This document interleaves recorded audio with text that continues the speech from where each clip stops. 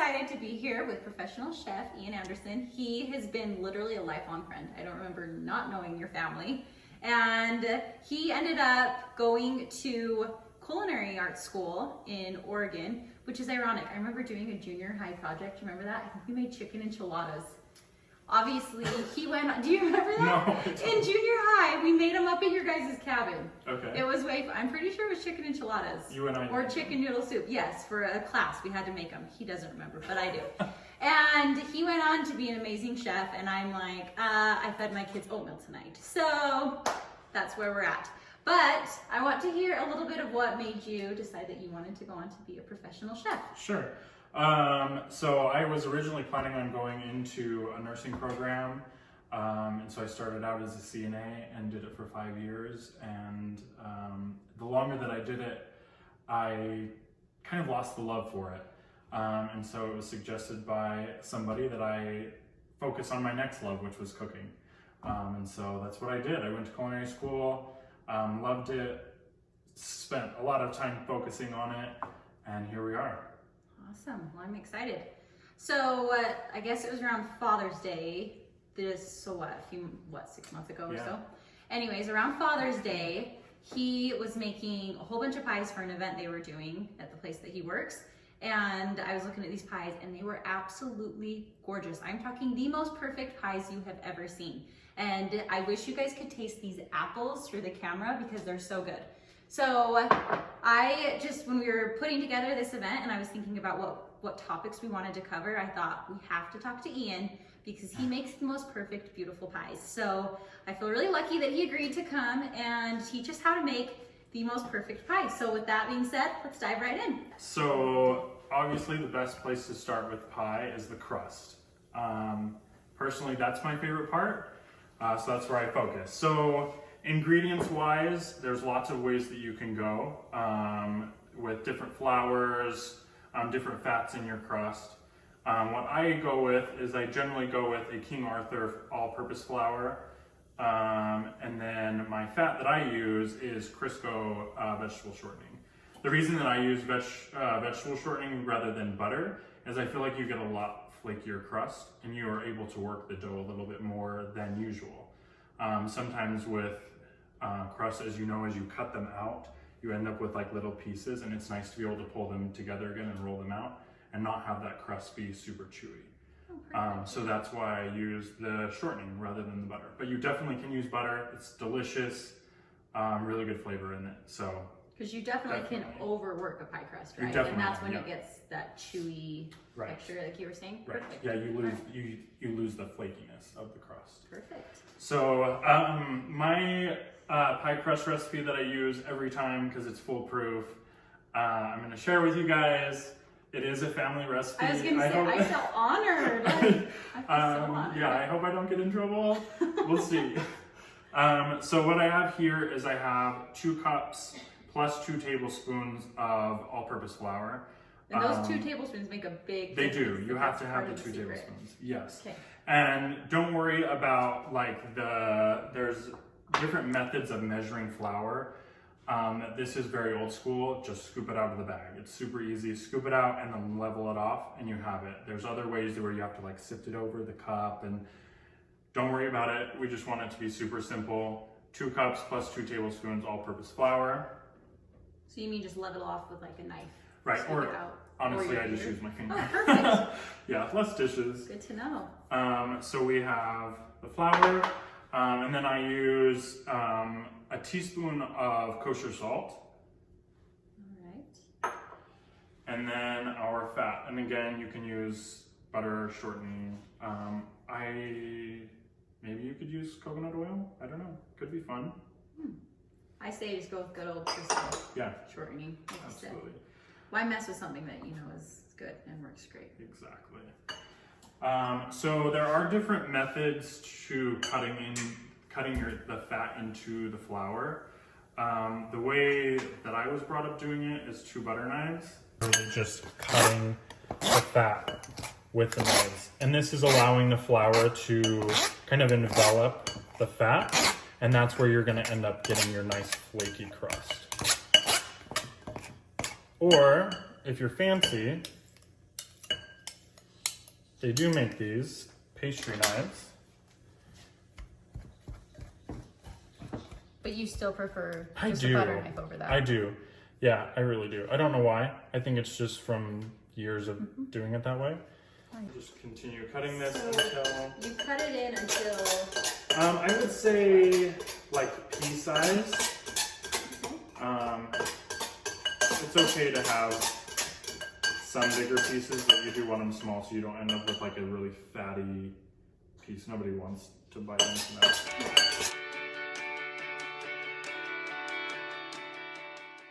So this is kind of the texture you're looking for, and like I said, it's okay to have like bigger pieces intermixed with these smaller pieces, but that's kind of what you're looking for. So you have some flour that's not completely mixed in yet, Right. and that's okay. Right. Yep.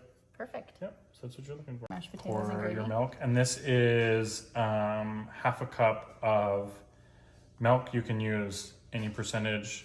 Obviously, whole fat is best for flavor because of the fat content. This one I'm just using a 1% though. And then you use the best tools, your hands, and you're really just trying to like fold the moisture in without over mixing the dough until it forms into a ball, and you'll see it kind of pull together. So you recommend using your hands over any kind of a mixer? I do, because there's the chance of over mixing. For Where sure. with your That makes hands, sense. you're in there, you're feeling the texture, you're able to manage the dough better this way. So as you can see, it kind of pulled together Yes. into somewhat of a dough ball. Yeah. You want to flour your work surface a little bit before you dump your dough out there. And not a whole lot, because you don't want to incorporate more flour into the dough, because then it's going to be more dry, and you want it to be nice and flaky. And So really just a light yeah, little bit of flour, just enough that it's not going to stick to the surface. right. So there it is. That's your pie crust. This makes enough for two pies with just the bottom crust, or a single pie with the bottom and a top crust. All right. So from here, I know that some people like to put their pie crust in the fridge to keep them cool. I do, yeah. And so I would cut this in half, just so it's easier to roll out when it's cold.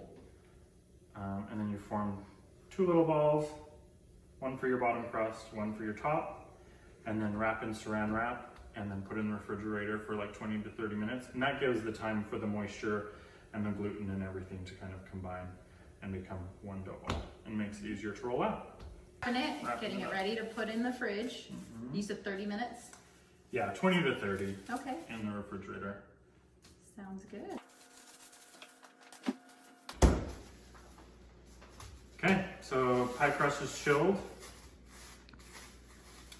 And again, you want to flour your surface a little bit. And we may be adding more as we go. You just kind of do it by feel. If it's starting to stick, add a little bit more flour. You don't want to do too much though. Again, you want it to be a moist crust, not dry. Perfect. So, and you can put a little bit on top, keep your rolling pin from sticking. Just get messy, it's fine.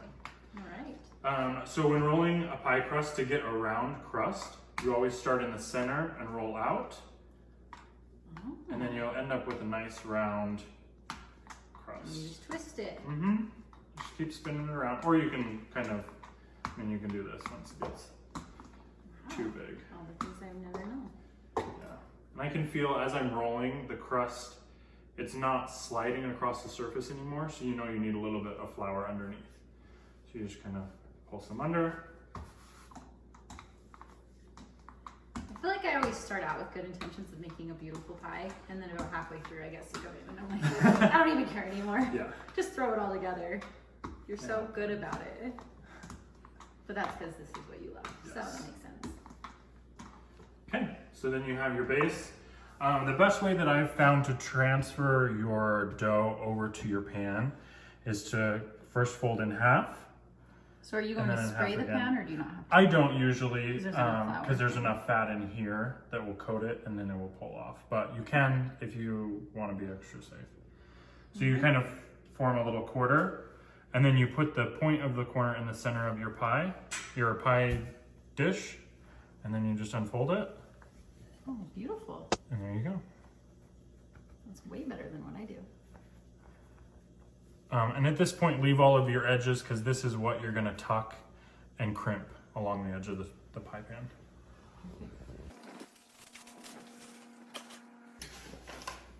So you just repeat again. Roll it out the For your same. top. So about how thick do you want your crust? I feel like everybody's doing that. I would say no more than 1/4 inch. For sure. Because then it ends up being more, I don't know, more crust, and Yes, it's I like agree. chewy and weird. Which So, really, it makes sense. This is the perfect size of recipe for this. If you cut it in half, Right. just make it the perfect size for your pie dish, and you should be good to go. Right. Then you don't even have to worry about necessarily how thick. Yeah. It'll just fit. Yep.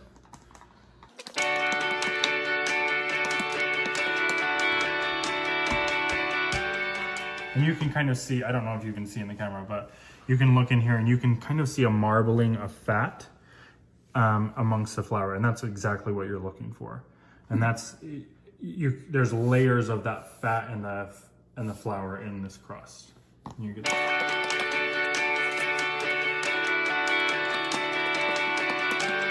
this happen where as you're rolling, the crust doesn't want to roll in a circle, and so it will split. And honestly, the best way I've found to fix this is you grab a piece and you just kind of pull it over and press it down on itself, and then it will kind of fuse that fat, and everything will kind of fuse it together, and you fix the crack. Easy as that. That, or you can pull, if you know you have excess either here on your crust or along this edge, you can pull a little bit and then do the same thing, put it on top and just kind of roll it in, and it will seal that crack.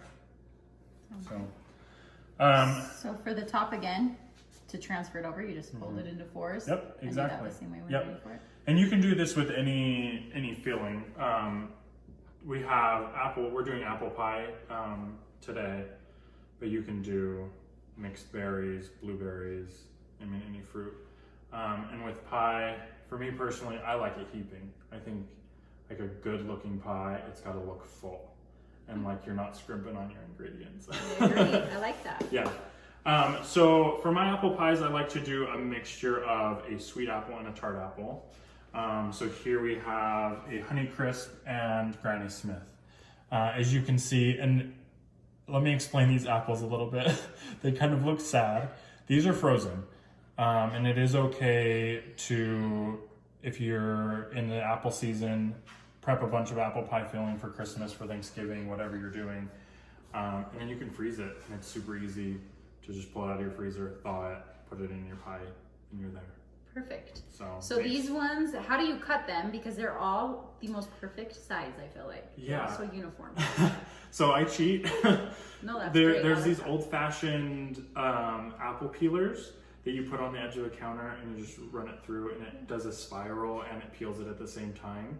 You can also peel your apples, core them, and then slice them on a mandolin, or if you're really good with your knife skills, just Slice taking them some all slices. uniform. Yeah. All right.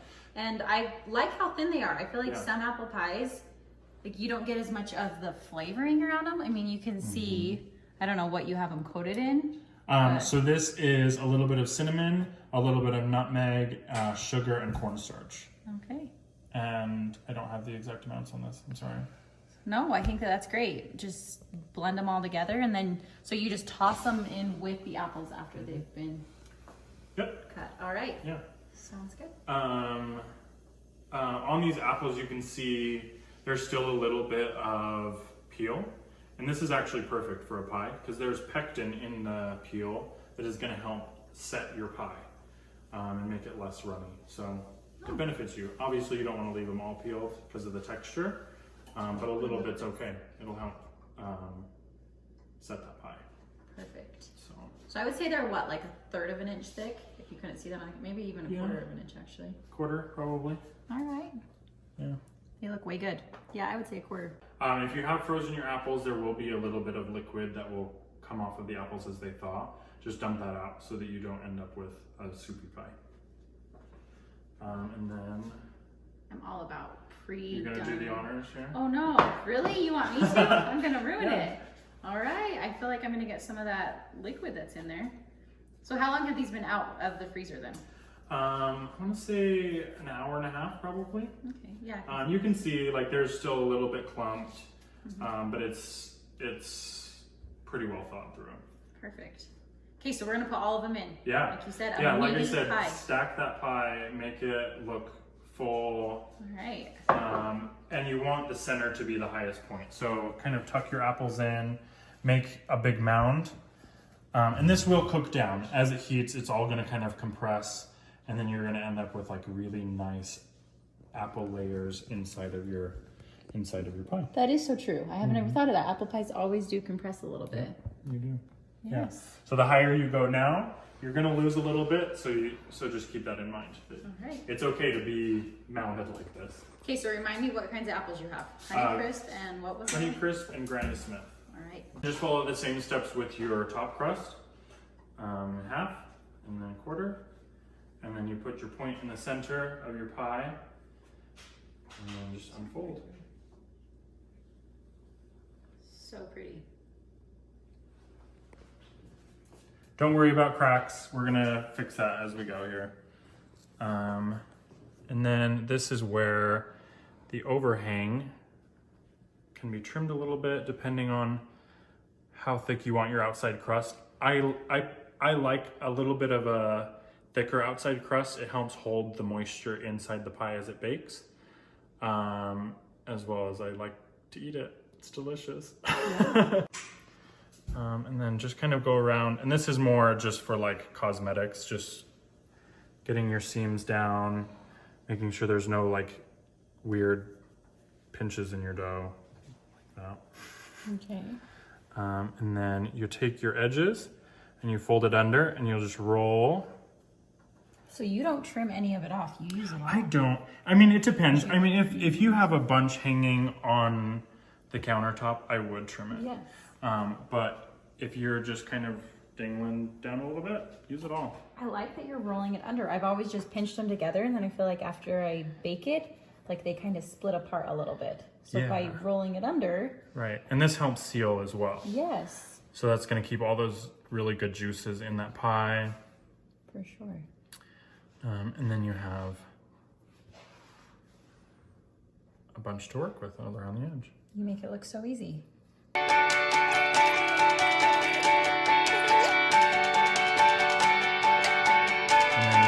Fingers, you can use a fork, and you just press, and then you set your finger in your previous fingerprint, and then you just follow your pie around, and that gives it that old-timey classic pie look. I love it. We do have a little bit of a dimple here. This would just be like, we need some more apples in here, but it's fine. That's because I put the apples in. I touch anything, and I'm telling you, this is what happens. No, it's gonna be perfect. I think the point of pie is just not to stress about it. Just, I mean, it's gonna be delicious. Yes. So, fun. there you go. So do you do like the little cuts? I in do, top? yeah. They're vents. They're called vents. It's to allow steam to escape. If you don't do that, you'll end up with your crust may lift, and you'll end up with like a really weird space in your pie. For sure. Where there's no apple. It's just like this pocket. All right. And you can do any vent. You can, yeah. My kids yeah. like to make designs, but typically I try to just do like the pretty old-fashioned three little spots. Yep, and that's Perfect. typically what I do as well. All right. Do you just use a butter knife to do them? Yep. All right. Let's see you do these vents. Okay. Real technical stuff here. Exactly. So pretty. There it is. This is a pie country pie. To finish this off before we go into the oven, we'll finish it with an egg wash. The way I like to do my egg wash is 1 whole egg with about a teaspoon of water. So you know what a teaspoon looks like, so I don't need it. Oh yeah. Then you would mix it just with a fork. Yep. And then you just whisk with a fork until your yolk and your whites and water are all kind of homogeneous and hold together.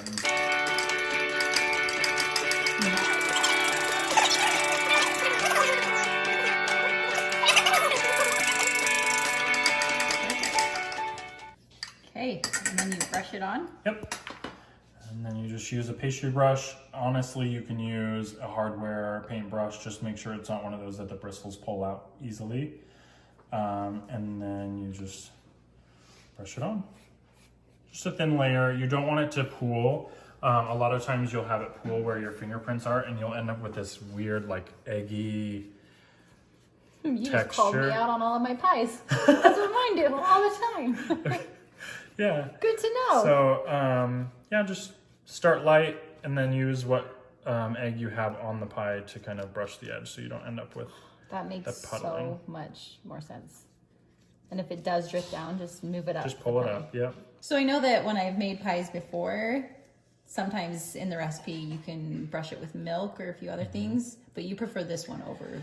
I do prefer egg or heavy cream. Heavy cream leaves a really nice golden crust as well. To finish this off, to just give it that like extra Pretty touch, I guess. finish. Yeah, is to add a little bit of sugar on the top. There's lots of different choices with sugar. The best I would say is like a finishing sugar. It's much flakier, really pretty after it after it bakes. But we just have granulated sugar, so that's what we're gonna use. And just a light dusting. Again, it's just gonna be there for cosmetics. So where do you get a finishing sugar? Do you have to go to a specialty kitchen You store? can Probably? use, no, you can actually get finishing sugar in like a regular grocery store. It might be called Demerara sugar or maybe I should look that up. Okay. Turbinaro. I'll put a link in this post. Yeah. To save time on the back half of cooking, I always am thinking ahead of like, okay, this is gonna spill over. I'm gonna get juices over. It's gonna be on the bottom of the oven, then I have to clean it. Nobody wants that. So always put your pie on a lined baking sheet. That way when you're done, pull the foil, throw it away. Your pan's clean, your oven's clean. Especially in the Super holidays. easy. There's Exactly. enough dishes on the holidays. Nobody has time for that. Yes, absolutely. And then into the oven. So generally I start my pies off in the oven about 400 degrees for 10 minutes. And then I lower it to 350. And you're mainly looking for the syrup in the pie to kind of be seeping out, and you're looking for the consistency. And we'll show you that. So it'll be a little bit browned. Yes, at that point your crust will be nice and golden brown, and that's what you're looking for. Sounds good. Okay, well we have one in the oven, so let's pull it out and see what they look like. And like I said earlier, there are many ways to check pies. You're checking the syrup in the pie. As you can see, it's a little wiggly. I would go a little bit longer, but there's also another way you can check temperature. There is cornstarch in the filling, and that's gonna set at boiling. So you're looking for a temperature of anything above 200 degrees.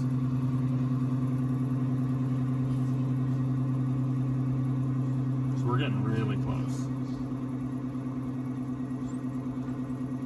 Yeah. So we're about like 195. Let's like another 5 minutes. Make sure it's set. All right, so we waited 5 minutes. We're gonna pull this, and it is done. So there she is. And you can see that this is getting more syrupy. These bubbles are holding, and that's kind of what you're looking for. We do have a little bit of syrup around the edge here. That's just because it's in the cast iron pan and it didn't have anywhere to go. Whereas in our pie, we're gonna put in here, it will dump down onto the sheet tray rather than puddling around the edge. So that's gonna be your only difference. But there you go. Okay, Ian, do you have any last minute tips to make sure we get the perfect pie? I do. Planning ahead. Pie is always best made 24 hours before you eat it. That allows it to set, and I don't know, I just feel like the flavors combine better as it sits. So if you have the time, plan ahead 24 hours before you're eating it. Bake your pie. I agree. I feel like a lot of baked goods that way. Banana bread. What was the other thing we were talking about earlier? Cheesecake's better. Pies are better. Anything's better ahead of time. I feel like. So plan ahead. Okay. Well, thank you so much.